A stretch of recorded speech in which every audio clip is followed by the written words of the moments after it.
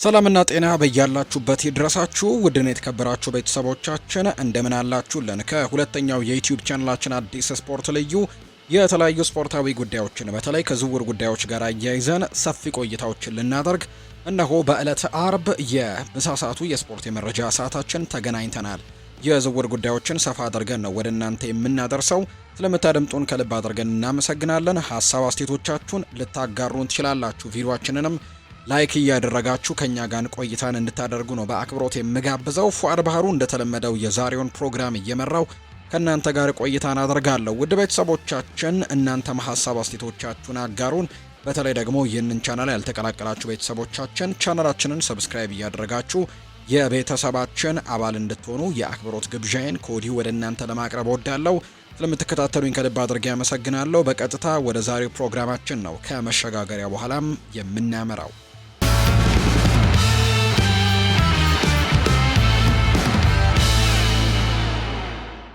የሪያል ማድሪዱ አጥቂ ኤንድሪክ ፌሊፔ በውሰት ሊዮንን ከተቀላቀለ ጀምሮ እጅግ አስደናቂ ብቃትን እያሳየ ሲሆን ቶተንሃም ሆትስፐርስም በውድድር ዘመኑ መጨረሻም እሱን ለማስፈረም ተስፋ እንዳደረጉ ነው የተገለጸው። እንደ ፌጂያስ ዘገባ ከሆነ ስፐርስ ተጫዋቹን ለማስፈረም 100 ሚሊዮን ዩሮ ገደማ ወጪ ለማድረግ ተዘጋጅተዋል። ይህ የ19 ዓመት ወጣት ብሩህ ተስፋ ያለው ታላቅ ተሰጥኦ ሲሆን እስካሁን ለፈረንሳዩ ክለብ ሊዮንም ባደረጋቸው 6 ጨዋታዎች 5 ግቦችንና አንድ ለግብ የሆነ ኳስ ደግሞ አመቻችቶ ማቀበል የቻለ ተጫዋች እንደሆነ ነው ዘገባዎቹ እየጠቆሙ የሚገኙት። ስፐርስ ለሚቀጥሉት 10 ዓመታት እሱን የማጥቃት መስመሩን ዋነኛ መሪያቸው አድርገውም ወይም ደግሞ ፌስ ቱ ዘ አታክ አድርገውም ለማስፈረምም ፍላጎቱ አላቸው። ክለቡ ይህንን ተስፈኛ ተሰጥኦ ለወደፊቱ ለሚወጣበት ኢንቨስትመንትም የሚመጥን ዋጋ ይኖረዋል ብሎ ነው የሚያምነው። ይሁን እንጂ ሪያል ማድሪድ የእሱን መልቀቅ ይፈቅድ እንደሆነ ግን ማየቱ ትኩረት የሚስብ ጉዳይ ያደርገዋል ተብሎ ነው የሚጠበቀው። እሱ ምርጥ ተሰጥኦ እንደሆነ ምንም ጥርጥር የለውም። እሱን ማጣት ለስፔን ክለብም ትልቅ ጉዳት ሊሆን ይችላል። ስፐርስ በማጥቃት ክፍሉ ላይ ተጨማሪ ጥራትና ጥልቀት የሚፈልግ ሲሆን ይህ ብራዚላዊ ለቶተንሃም ተስማሚ ሊሆን ይችላል። ለቡድኑ ግቦችንና የፈጠራ ችሎታንም ነው የሚጨምረው። በመስመርም ሆነ በመሃል ደግሞ አጥቂነትም የመጫወት ብቃት አለው። ስለዚህም ክለቡ ለሚፈልገው ንቁና ፈጣን አጥቂ ደግሞ ሊሆን እንደሚችል በርካቶች ግምቶቻቸውን እየሰጡ ነው።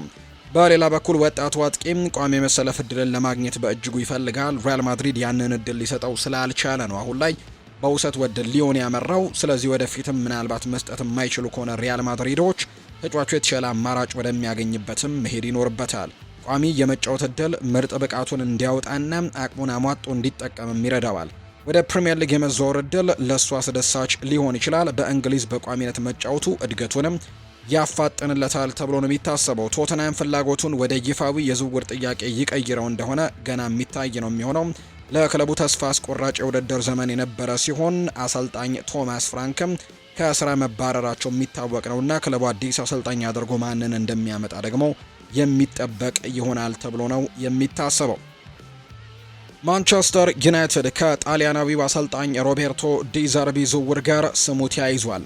የቀድሞ የብራይተን አሰልጣኝ ወደ ፕሪሚየር ሊግ ይመለሳል ተብሎ የሚጠበቅ ሲሆን እንደ ፌጂያስ ዘገባ ከሆነ ማንቸስተር ዩናይትድ የሱ ቀጣይ መዳረሻ የመሆን እድሉ ሰፊ ነው።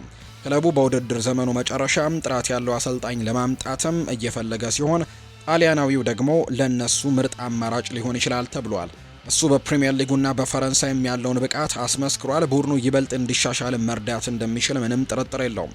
ማይክል ካሪክ ክለቡን በጊዜያዊ አሰልጣኝነት ተቀላቅሎ እንግዲህ ከመጣ ጀምሮ በጣም ጥሩ ስራን እየሰራ ይገኛል። ሆኖም ግን ማንቸስተር ዩናይትድ ቋሚ መፍትሄን እየፈለገ ሲሆን ጣሊያናዊው አሰልጣኝ ለዚህ ተስማሚ ሊሆን ይችላል። ሮቤርቶ ዲዘርቢ በአርኔ ስሎት በዓለም ላይ ካሉ ምርጥ አሰልጣኞች አንዱ ተብሎ መወደሱም የሚታወስ ነው።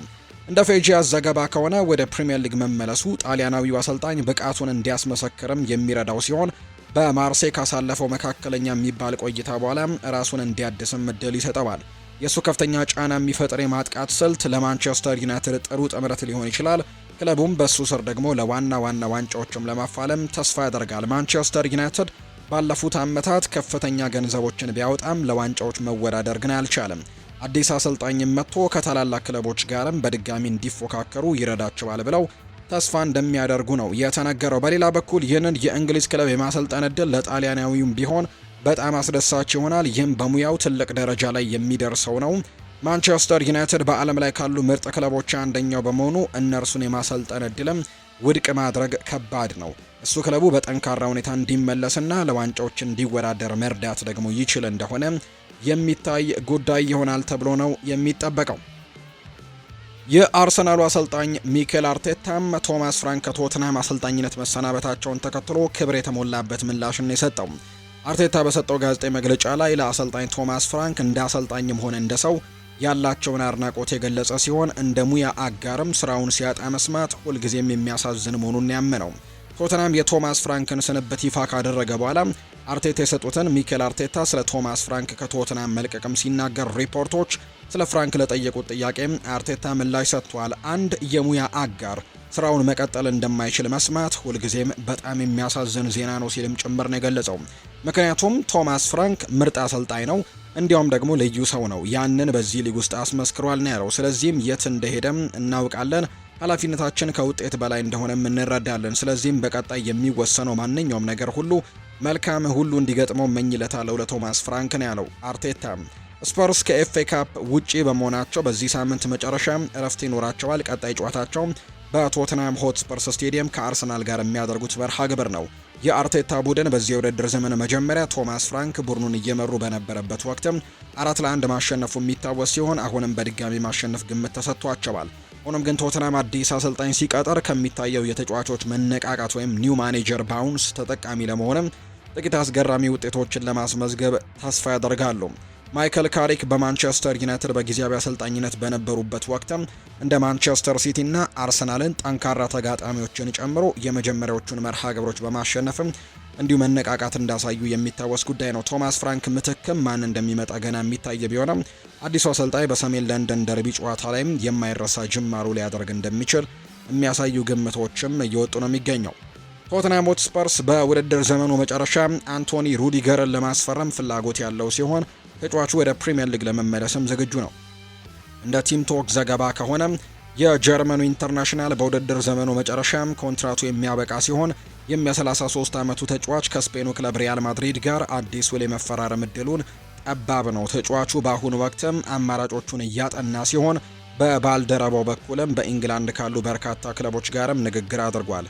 ሩዲገር ወደ ቀድሞ ክለቡ ቼልሲ ሊመለስ እንደሚችል ስሙ ተጠቅሷል። ተከላካዩ ወደ ፕሪሚየር ሊግ ለመመለስ ሲል ደሞዙን እንዲቀንስም ፍቃደኛ እንደሆነ ነው የተዘገበው። ስፐርስ ተጫዋቹን በነፃ ዝውውር ያስፈረመው እንደሆነ ማየቱ ትኩረት የሚስብ ነው የሚሆነው።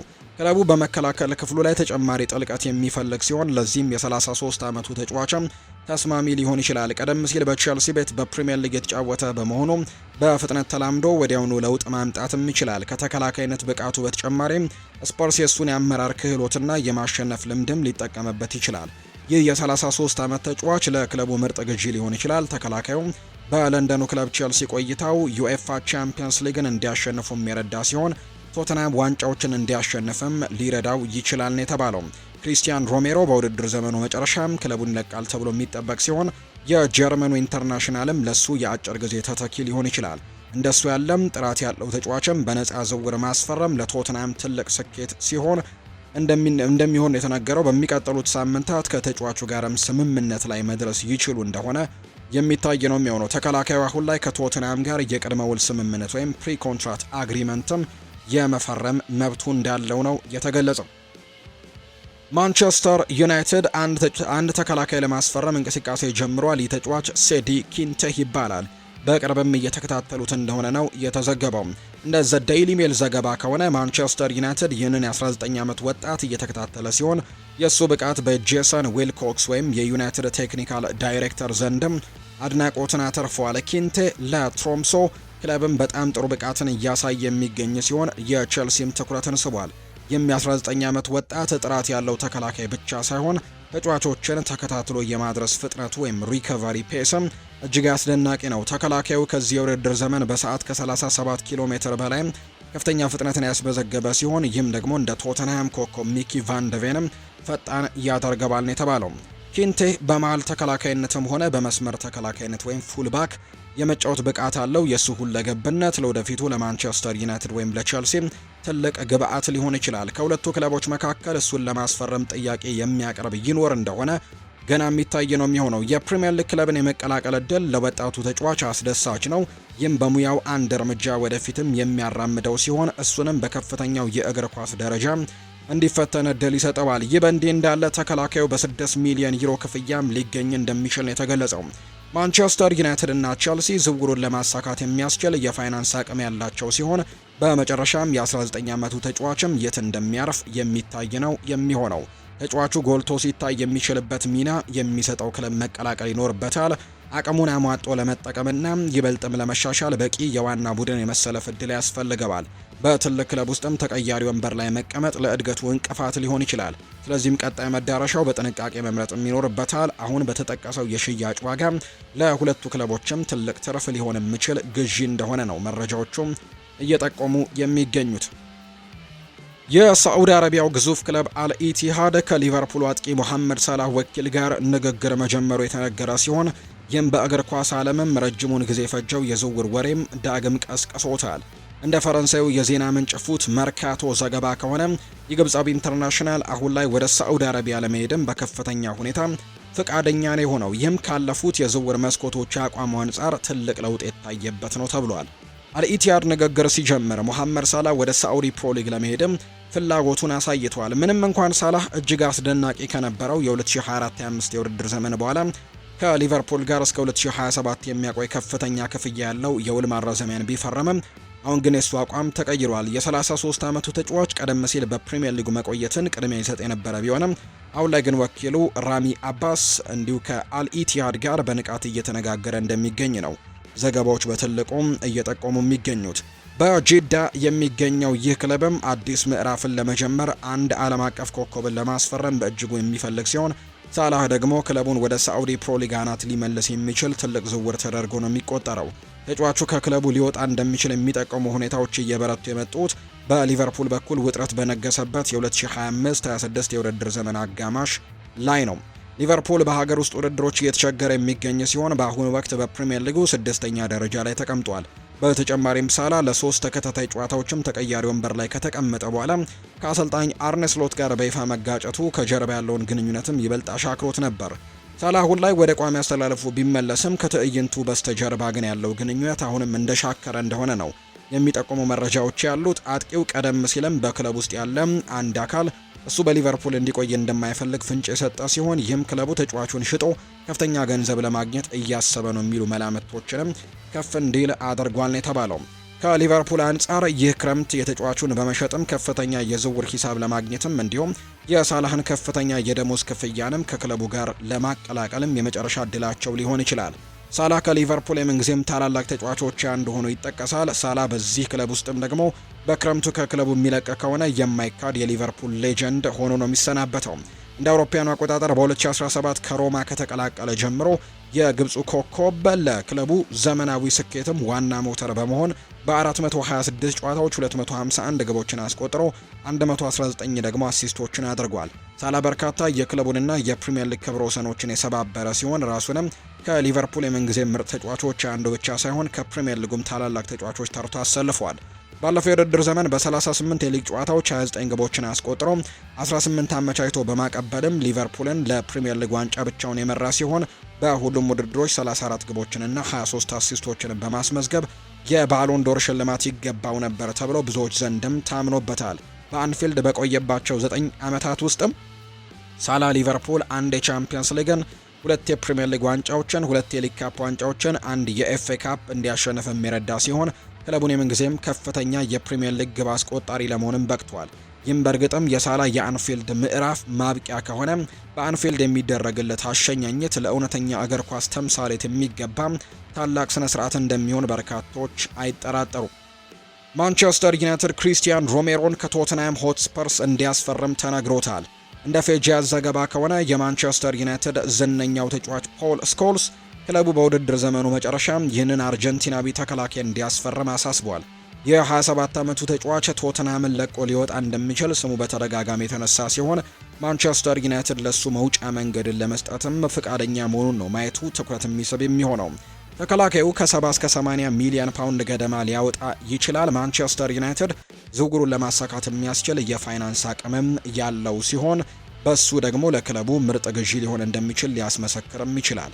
ዩናይትድ በጥራት ያለው ማዕከላዊ ተከላካይ እንደሚያስፈልገው ግልጽ ሲሆን ይህም የደቡብ አሜሪካ ተጫዋች ደግሞ ለቦታው ተስማሚ ሊሆን ይችላል ተብሎ ነው የሚታሰበው።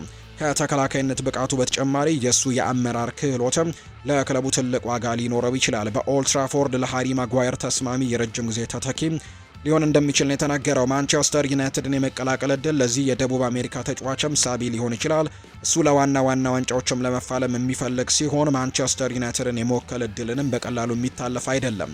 ክለቡ ባለፉት ሳምንታት ትልቅ መሻሻልን አሳይቷል። በሚቀጥለው የውድድር ዘመናት ደግሞ ለዋንጫዎች ለመፋለምም ያልማል። ተከላካዩ በሙያው ቀጣዩን እርምጃ ለመውሰድና ትልቅ ክለብን የመቀላቀል ሀሳብ እንደሚስበው እርግጠኛ ነው። እሱ ከፕሪሚየር ሊጉ ጋር በሚገባ የተላመደ በመሆኑ በኦልድ ትራፎርድ ወዲያውኑ ለውጥ ማምጣት ይችላል። ምንም እንኳን ዝውውሩ ከፍተኛ ወጪን የሚጠይቅ ቢሆንም ተጫዋቹ ጥራት ግን ዝውውሩን ተገቢ የሚያደርገውና በክለብ ውስጥም የማይተካ ተጫዋችም እንዲሆን የሚያስችለው ነው። ማንቸስተር ዩናይትድ ለዋና ዋንጫዎች በቋሚነት መወዳደር ከፈለገ እንደሱ ያሉ ምርጥ ደግሞ ተጫዋቾችም ያስፈልጉታል ብሏል ፖል ስኮልስ ሲናገር።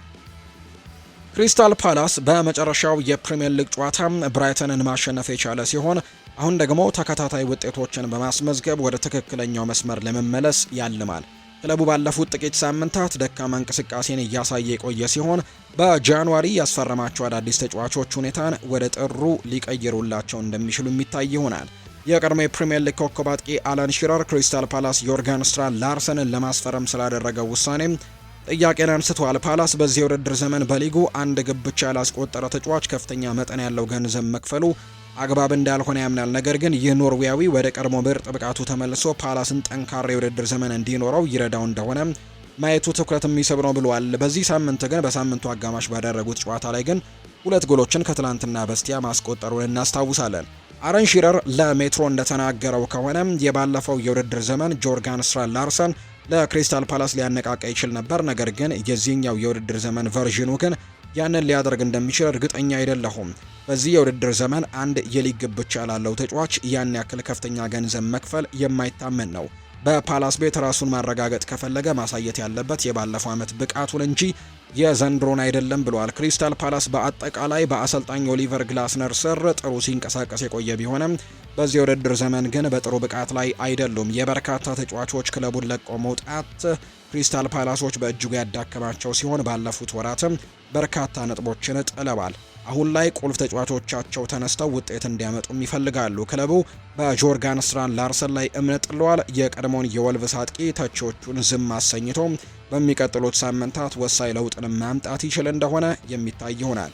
በባለፈው የውድድር ዘመን በፕሪሚየር ሊጉ ጥራቱን ያሳየ በመሆኑ ለክሪስታል ፓላስም ጠቃሚ ተጫዋች ሊሆን እንደሚችል ምንም ጥርጥር የለውም የሚሉ ዘገባዎች ናቸው እየወጡ የሚገኙት።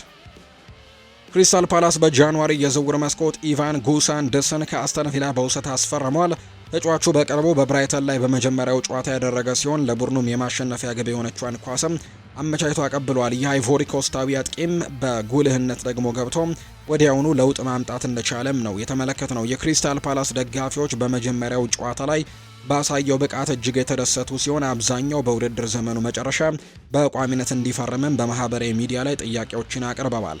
ክሪስታል ፓላሶች ተጫዋቹን በክረምቱ በቋሚነት የማስፈረም አማራጭ ወይም ኦፕሽን ያላቸው ሲሆን የተወሰኑ ቅድመ ሁኔታዎችም ከተሟሉ ግን በዝውውሩ ግዴታም ወይም ኦብሊጌሽን ሊሆን ይችላል። በብራይተን ላይ ካሳየው ብቃት አንጻር ክሪስታል ፓላስ በክረምቱ እሱን በቋሚነት ማስፈረሙ እንደሚያስደስተው እርግጠኛ ነው። በሚቀጥሉት ሳምንታት ይህንን ብቃቱን ጠብቆ መቀጠል ይችል እንደሆነ የሚታይ ይሆናል። እሱ ቀደም ሲል በፈረንሳይ ብቃቱን ያሳየ በመሆኑ ጥራት ያለው ተጫዋች ስለመሆኑ ጥርጥር የለውም። ሆኖም ግን በአስተን ቪላ ቤትም ተቸግሮ ነበር። በምዕራብ ሚድላንዱ ክለብም አስተን ቪላ እሱን በቋሚነት ለመልቀቅም የሚፈልግ ሲሆን ሁኔታው እንዴት እንደሚቀጥልም የሚታይ ይሆናል። በክረምቱ የሚደረግ የቋሚ ዝውውር ለሁሉም ወገኖችም ተመራጭ ሊሆን ይችላል። ተጫዋቹ በብቃቱ ላይ ትኩረት በማድረግም ለክሪስታል ፓላሶችም ወሳኝ ተጫዋች ለመሆንም ይጥራል ተብሎ ነው የሚታሰበው። ይህ ለሱ ከፍተኛ ደረጃ እግር ኳስ በቋሚነት በመጫወትም ሙያውን ወደ ትክክለኛ መስመር ለመመለስም ትልቅ እድል ነው። ክሪስታል ፓላሶች አስደሳች ቡድን ያለው ሲሆን ጉሳንደስም ክለቡ ተስፋ አስቆራጭ ከነበረው የመጀመሪያ የውድድር ዘመን አጋማሽ በኋላ እንዲያገግም ይረዳዋል ተብሎ ተስፋ ያደርጋል። አይቮሪ ኮስታዊው በሙያው ምርጥ እድሜ ላይ የሚገኝ ሲሆን በሚቀጥሉት ወራትም ከፍተኛ ብቃቱን ማሳየት ከቀጠለም ለክለቡ ትልቅ ግብአትም ሊሆን እንደሚችል ጭምር ነው የተነገረው። የኒውካስል ዩናይትድ አማካይ ሳንድሮ ቶናሊ በውድድር ዘመኑ መጨረሻ የሪያል ማድሪድም ኢላማ እንደሚሆን እየተገለጸ ነው። እንደ ቱቶ ዩቬ ዘገባ ከሆነም የስፔኑ ክለብ ይህንን ኢንተርናሽናል ለማስፈረም ፍላጎት ያለው ሲሆን እሱን ለማግኘትም 75 ሚሊዮን ዩሮ ገደማ ለማቅረብም ዝግጁ እንደሆኑ ጭምር የሚያሳዩ ሪፖርቶችን ይፋ አድርጓል። የ25 ዓመቱ ተጫዋች በኒውካስል ዩናይትድ ቤት ራሱን እንደ ወሳኝ ተጫዋች ያረጋገጠ ሲሆን ክለቡም እሱን በቀላሉ ለመሸጥ አይፈልግም። ሪያል ማድሪድ የፕሪሚየር ሊጉን ክለብም ማሳመን ይችል እንደሆነ ማየት ትኩረት የሚስብ ጉዳይ ነው። ማድሪዶች በአማካይ ክፍላቸው ላይ ተጨማሪ ጥራት የሚፈልጉ ሲሆን ጣሊያናዊው ተከላካይ አማካይም ጠቃሚ ግዢ ሊሆንላቸው ይችላል። ከሱ ደግሞ የኋላ ተከላካይ ክፍሉን ለመጠበቅም የሚረዳ ሲሆን የቡድኑን የፈጠራ አቅምንም ተጫዋቾችንም በተሻለ ነጻነትም እንዲንቀሳቀሱ እድልም ይሰጣቸዋል ተብሎ ነው የሚታሰበው። ተጫዋቹ ሪያል ማድሪድን የመቀላቀል ሀሳብ እንደሚያስበው መገመቱ አያዳግትም። ሪያል ማድሪድ በዓለም ላይ ካሉ ታላላቅ ክለቦች አንደኛው ተደርጎ የሚወሰድ እንደመሆኑ እንግዲህ ተጫዋችም ይህንን እድል ማግኘት የሚችል ከሆነ አያዳግተውም ወይም ደግሞ ይህንን ነገር ማሰብ አያቅተውም ተብሎ ይታሰባል። ስለዚህም ደግሞ ለዋና ዋንጫዎችን በቋሚነት እንዲታገል መድረክ ይከፍትለታል። ይህም በሙያው ትልቅ ደረጃ ላይ የሚያደርሰው በመሆኑ ተጫዋቹ ዝውውሩን ለማድረግም ሊፈተን ይችላል ተብሎ ነው የሚጠበቀው። በክረምቱ በሁለቱ ክለቦች ስምምነት ላይ ይደርሱ እንደሆነ የሚታይ ጉዳይ ነው። ሌሎች ክለቦችም የእሱን ሁኔታ እየተከታተሉ በመሆኑ ለፊርማው ከፍተኛ ፉክክር ሊኖር ይችላል። ሪያል ማድሪድ ዝውውሩን ለማጠናቀቅ በፍጥነት መንቀሳቀስ ይኖርበታል። ክለቡም ከስሙ አንጻር ተስፋ አስቆራጭ የውድድር ዘመን እያሳለፈ የሚገኝ ሲሆን በቀጣይ ዓመትም በጠንካራ ሁኔታ ተመልሶ ዋንጫዎችንና ቻምፒየንስ ሊግን ለማሸነፍም ያልማል። ለዚህም ደግሞ በቡድን ውስጥ ተጨማሪ ጥራት የሚፈልግ ሲሆን የኒውካስል ዩናይትድ ኮከብም ጠቃሚ ግብአት ሊሆን ይችላል። ቶናሊ በፕሪሚየር ሊጉ ድንቅ ብቃቱን እያሳየ ቢሆንም አሁን ወደ ምርጥ የዕድሜ ክልል ወይም ፒክ ደረጃ እየገባ በመሆኑ ትልቅ ክለብን ተቀላቅሎ ለዋንጫዎች ለመፋለምም ትክክለኛ ጊዜው እንደሆነ ጭምር የሚያሳዩ ሪፖርቶች ናቸው በትልቁ እየወጡ የሚገኙት። ከሁለተኛው የዩቲዩብ ቻናላችን አዲስ ስፖርት ልዩ ለዛሬ ለዕለተ አርብ ምሳ ሰዓት የያዝንላችሁ ፕሮግራም ይህንን ይመስል ነበር። ስላደመጣችሁን፣ ስለተከታተላችሁን ቆይታችሁን ከኛ ጋርም ስለነበር እጅግ ከልብ አድርገን ነው የምናመሰግነው። ፉአድ ባህሩ የዛሬውን ፕሮግራም እየመራው ከናንተ ጋር ቆይታን አድርጌያለሁ። ቪዲዮአችንን ላይክ፣ ቻናላችንን ሰብስክራይብ እያደረጋችሁ ቆይታችሁን በሙሉ ከኛ ጋር ያደረጋችሁ እጅግ ከልብ አድርገን እናመሰግናለን። ፉአድ ባህሩ ፕሮግራሙን እየመራው ከናንተ ጋር ቆየሁኝ። በቀጣይ ፕሮግራሞቻችን በድጋሚ የምንገናኝ ይሆናል። ስላደመጣችሁኝ ከልብ አድርጌ ነው የማመሰግነው። መልካም ጊዜ፣ መልካም ቀን፣ መልካም ቆይታ እንዲሆንላችሁም ነው በአክብሮት የምመኘው።